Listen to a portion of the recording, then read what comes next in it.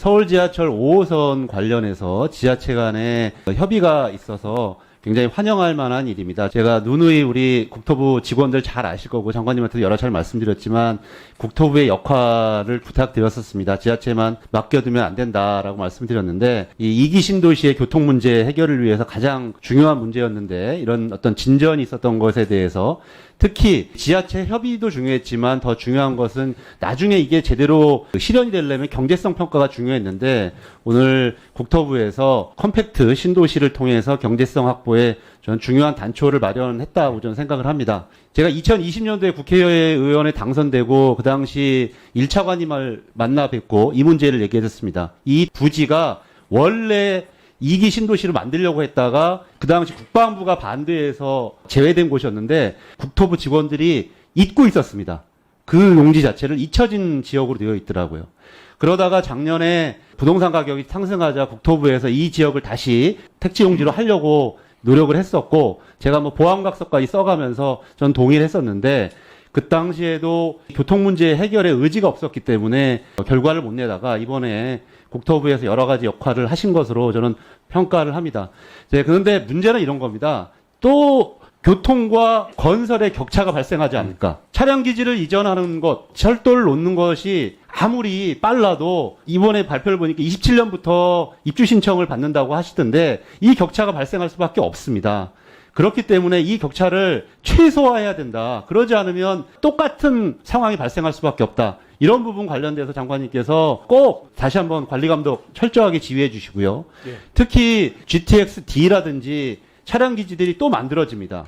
차량 기지는 아시는 것처럼 기피시설입니다. 기피시설을 2개 만들 필요가 없습니다. 그래서 저는 GTX-D 차량 기지와 이 이전하는 5호선 차량 기지를 공동으로 이용해서 그 효과를 배가시켜야 된다.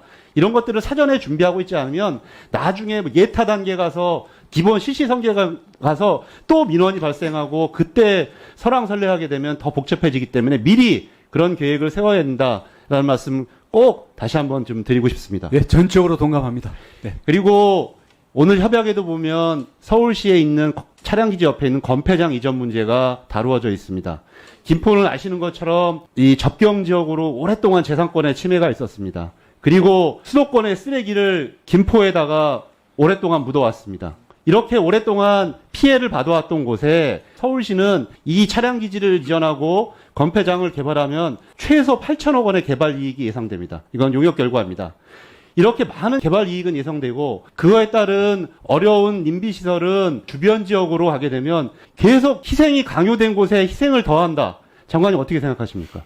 불공평하다고 생각합니다. 매우 불공평하다고 생각합니다. 저는 이 문제와 관련되어서는 건폐장 문제가 물론 지자체가 이후에 인허가 문제를 다루겠지만 어떻게 특정한 곳에만 이렇게 오랫동안 재산권의 희생, 다른 지역에서는 원하지 않는 시설들이 집중될 수 있겠습니까? 그러니까 그런 문제들에 대해서도 각별하게 관심을 좀 국토부에서 가져주셔야 많은 시민들이 공평하게 재산권을 향유할 수 있다. 저는 이렇게 생각이 들고요.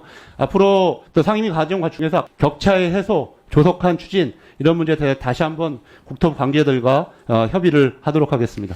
예, 자기가 원하지 않은 것을 상대에게 주면 상대가 원하는 것을 주는 그런 균형이 맞아야 된다고 생각하고요. 교통과 이 개발 이 부분이 시차가 벌어져서 지금 골드라인과 같이 김포 시민들이 정말 고통을 겪는 이런 일을 다시는 반복을 하지 않아야 된다고 생각합니다. 전적으로 같은 생각입니다.